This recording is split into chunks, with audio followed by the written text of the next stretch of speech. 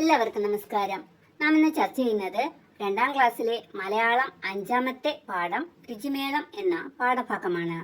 നിങ്ങൾ ആദ്യമായിട്ടാണ് ഈ ചാനൽ കാണുന്നതെങ്കിൽ ചാനൽ സബ്സ്ക്രൈബ് ചെയ്യുക, ലൈക്ക് ചെയ്യുക. കുഞ്ഞുമോളുടെ തട്ടുകട. കുഞ്ഞുമോൾക്ക് ഒരു തട്ടുകടയുണ്ട്. അവളുടെ അമ്മയും അച്ഛനും ചേർന്ന് നടത്തുന്ന തട്ടുകട. ദോശ, ഇഡ്ഡലി, പുട്ട്, നെയ്യപ്പം, അങ്ങനെ പല പല പലഹാരങ്ങൾ. എല്ലാത്തിനും നല്ല സ്വാദ്. അവരുടെ ഭക്ഷണത്തിന്റെ രുചി അറിഞ്ഞവർ വീണ്ടും വീണ്ടും വന്നു. തട്ടുകടയിൽ തിരക്കോട് തിരക്ക്. വന്നവർക്കെല്ലാം അവർ സ്നേഹത്തോടെ ആഹാരം വിളമ്പി. കണ്ടെത്താം. കുഞ്ഞുമോളുടെ തട്ടുകടയിൽ എന്തെല്ലാം പലഹാരങ്ങളുണ്ട്? എന്തൊക്കെയാണ്? ദോശ, ഇഡ്ഡലി, പുട്ട്, നെയ്യപ്പം, അങ്ങനെ പലതരം പലഹാരങ്ങളുണ്ട്. എന്തുകൊണ്ടാണ് കുഞ്ഞുമോളുടെ തട്ടുകടയിൽ ഇത്രയും തിരക്ക്? വളരെ രുചികരമായ ഭക്ഷണം നൽകുന്നത് കൊണ്ടാണ് കുഞ്ഞുമോളുടെ തട്ടുകടയിൽ ഇത്രയും തിരക്ക്.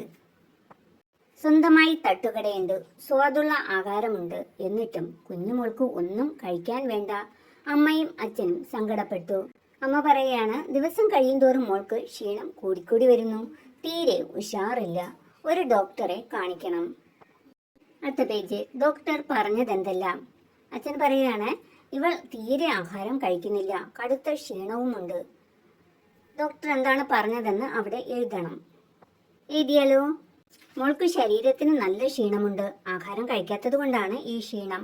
ഞാൻ കുറച്ച് മരുന്ന് തരാം. അത് കഴിക്കുന്നതോടൊപ്പം നല്ല ആഹാരവും കഴിക്കണം. പേടിക്കാനൊന്നുമില്ല. ദിവസങ്ങൾ കടന്നുപോയി. കുഞ്ഞുമോൾ കൃത്യമായി മരുന്ന് കഴിച്ചു. നന്നായി ആഹാരവും കഴിച്ചു. അവൾ ഉഷാറായി. കുഞ്ഞുമോൾ ചുറുചുറുക്കോടെ സ്കൂളിൽ പോകാൻ തുടങ്ങി. അച്ഛനും അമ്മയ്ക്കും സന്തോഷമായി. അഭിനയിക്കാം. കുഞ്ഞുമോളുടെ കഥ വായിച്ചല്ലോ. താഴെ പറയുന്ന കാര്യങ്ങൾ കൂട്ടുകാരോടൊപ്പം അഭിനയിക്കാം. കുഞ്ഞുമോളുടെ തട്ടുകട. കുഞ്ഞുമോൾ ആശുപത്രിയിൽ. സ്കൂളിൽ പോകുന്ന കുഞ്ഞുമോൾ. വായിക്കാം. ആരോഗ്യമുള്ള ശരീരത്തിന് പോഷകം നിറഞ്ഞ ഭക്ഷണം. നന്നായി വളരാൻ പോഷകം നിറഞ്ഞ ആഹാരം കഴിക്കണം. ധാന്യങ്ങൾ, പഴങ്ങൾ, പച്ചക്കറികൾ, കിഴങ്ങുകൾ, പയറുവർഗ്ഗങ്ങൾ, ഇലക്കറികൾ എന്നിവ ഉൾപ്പെടുത്തിയ ആഹാരം. മത്സ്യം, മാംസം, പാൽ, മുട്ട എന്നിവ കഴിക്കുന്നതും ആരോഗ്യത്തിന് നല്ലതാണ്. പഴകിയതും കേടുവന്നതുമായ ആഹാരം കഴിക്കരുത്. സ്വാദും നിറവും മണവും വർദ്ധിപ്പിക്കാൻ ചേർക്കാൻ പാടില്ലാത്ത പലതും ആഹാരത്തിൽ ചേർക്കുന്നുണ്ട്. അത്തരം ആഹാരങ്ങൾ ആരോഗ്യത്തിന് നല്ലതല്ല. പോഷകം നിറഞ്ഞ ആഹാര സാധനങ്ങളാണ് ഇവിടെ നൽകിയിരിക്കുന്നത്. ഓരോന്നിലും എന്തൊക്കെ എഴുതാം? ധാന്യങ്ങൾ: അരി, ഗോതമ്പ്, റാഗി, ചോളം, തിന, ചാമ. പഴങ്ങൾ: വാഴപ്പഴം, മാമ്പഴം, ആപ്പിൾ, മുന്തിരി, പപ്പായ, ഓറഞ്ച്. പച്ചക്കറികൾ: ക്യാരറ്റ്, ബീട്രൂട്ട്, വെള്ളരിക്ക, ക്യാബേജ്, തക്കാളി, വെണ്ടയ്ക്ക, ബീൻസ്. ഇലക്കറികൾ: മുരിങ്ങയില, ചീര, പയറില, മത്തയില, തകരയില. അടുത്ത് വരുന്നത് കിഴങ്ങുകളാണ്. ഉരുളക്കിഴങ്ങ്, മധുരക്കിഴങ്ങ്, കപ്പ, ചേന, കാച്ചിൽ, കൂർക്ക. പയറുവർഗ്ഗങ്ങളിൽ വരുന്നത് ചെറുപയർ, കടല, മുതിര, വൻപയർ. അടുത്ത പ്രവർത്തനം. നിങ്ങൾ ഒരാഴ്ച കഴിക്കുന്ന ആഹാരത്തിൽ എന്തൊക്കെ ഉൾപ്പെടുന്നുണ്ട്? ഓരോ ദിവസവും പട്ടികയിൽ അടയാളപ്പെടുത്തി നോക്കാം. സഹദിയ പൂർത്തിയാക്കിയ പട്ടിക നോക്കാം. സഹദിയ ഒരാഴ്ച കഴിച്ചതിൽ ധാന്യങ്ങൾ, പഴങ്ങൾ, പച്ചക്കറികൾ, മുട്ട, പാൽ എന്നിവ എല്ലാ ദിവസവും ഉൾപ്പെടുത്തിയിട്ടുണ്ട് അല്ലേ? അവൾ കഴിച്ചിട്ടുണ്ട് കേട്ടോ. ഇലക്കറികൾ 3 ദിവസമേ ഉള്ളൂ. കിഴങ്ങുകൾ 3 ദിവസമേ അവൾ കഴിച്ചുള്ളൂ. പയറുവർഗ്ഗങ്ങൾ 5 ദിവസം കഴിച്ചു. പിന്നെ മീന് എത്ര ദിവസം? 4 ദിവസം കഴിച്ചു. മാംസം 1 ദിവസമേ കഴിച്ചുള്ളൂ. ഈ പട്ടികയിൽ ദിവസവും നിങ്ങൾ കഴിക്കുന്ന ആഹാരമാണ് ഉൾപ്പെടുത്തേണ്ടത്. ചോദ്യം നോക്കൂ. നിങ്ങൾ കഴിച്ചതിൽ ഏത് വിഭാഗത്തിൽപ്പെട്ട ആഹാരമാണ് കൂടുതൽ വന്നത്? ഇവിടെ നിങ്ങൾ കഴിച്ചതിൽ ഏത് വിഭാഗത്തിൽപ്പെട്ട ആഹാരമാണ് കൂടുതൽ വന്നത് എന്നാണ് നിങ്ങൾ എഴുതേണ്ടത്.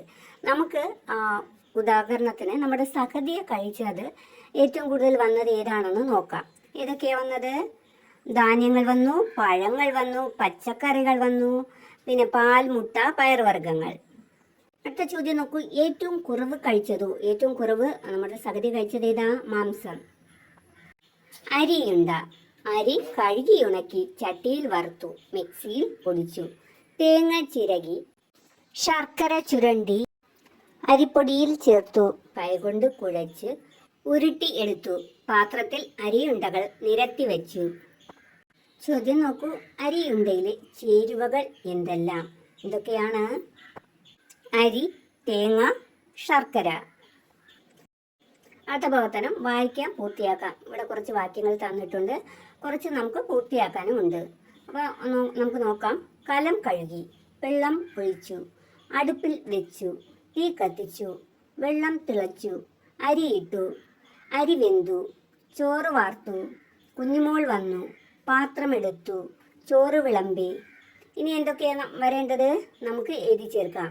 അടുത്ത് നമുക്ക് എഴുതാം. ചോറ് പാത്രം അടച്ചു വെച്ചു, കറികൾ വിളമ്പി, കറിപാത്രം അടച്ചു വെച്ചു, കൈകൾ കഴുകി, ഉണ്ടു. അടുത്ത പ്രവർത്തനം നോക്കാം. വാക്യങ്ങൾ ക്രമത്തിലാക്കാം. പാത്രം അടച്ചു വെച്ചു, ഈച്ച വന്നു, ചുറ്റും പറന്നു, കുഞ്ഞുമോൾ കണ്ടു. അപ്പോൾ ഇവിടെ 3 വാക്യം തന്നിട്ടുണ്ട്.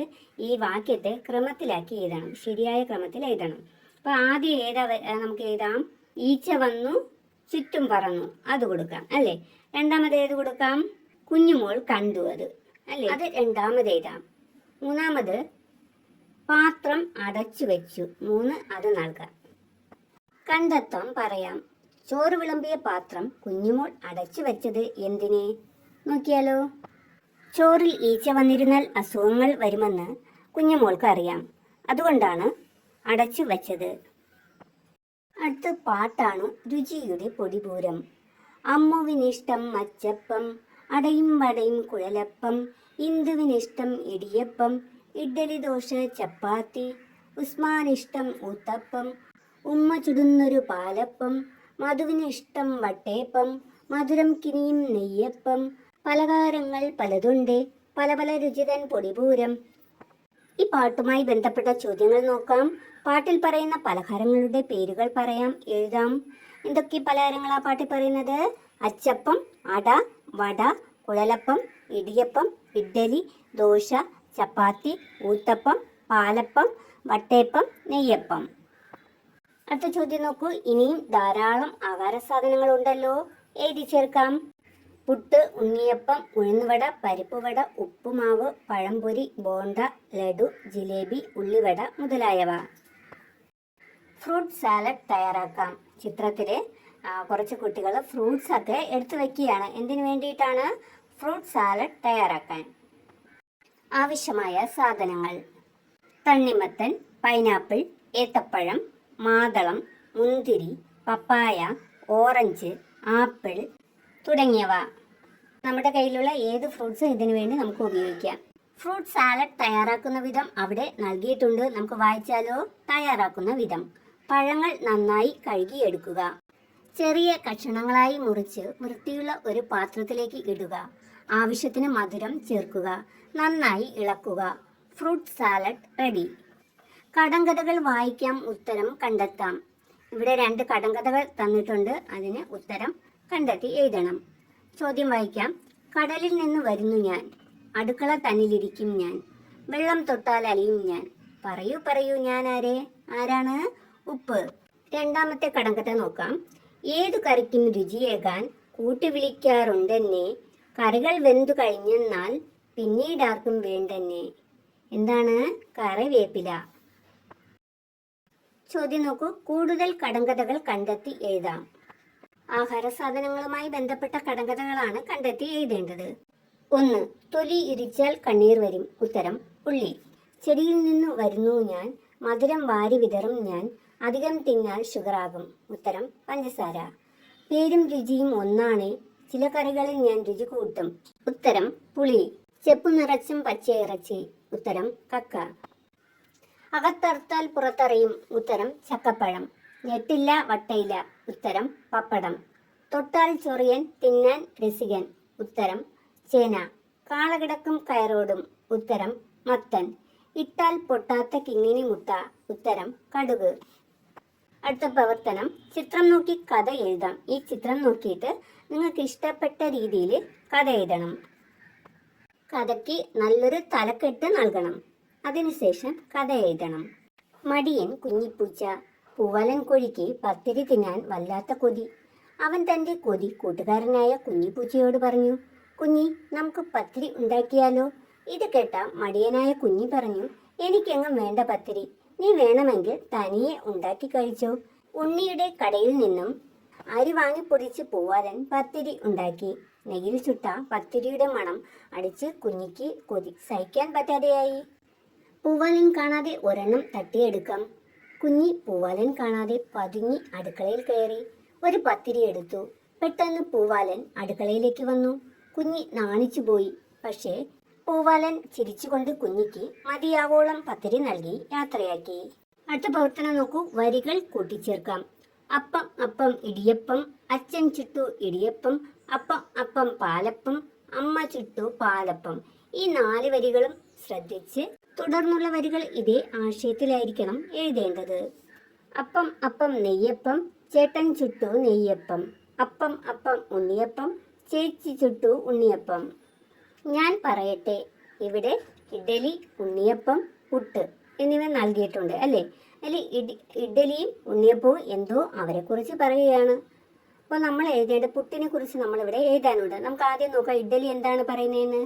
എന്നെ ആവിയിലാണ് വേവിക്കുന്നത്, അരിമാവ് കൊണ്ടാണ് ഉണ്ടാക്കുന്നത്. ഇതാണ് ഇഡലി പറഞ്ഞത്. ഉണ്ണിയപ്പം എന്താ പറഞ്ഞത്? എന്നെ എണ്ണയിലാണ് ചുടുന്നത്, എനിക്ക് നല്ല മധുരമാണ്.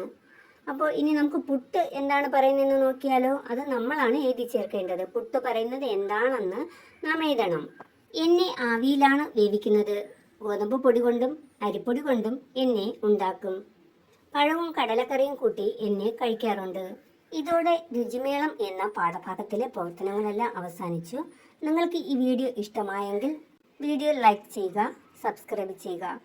അടുത്തൊരു ക്ലാസ്സുമായി വീണ്ടും കാണാം.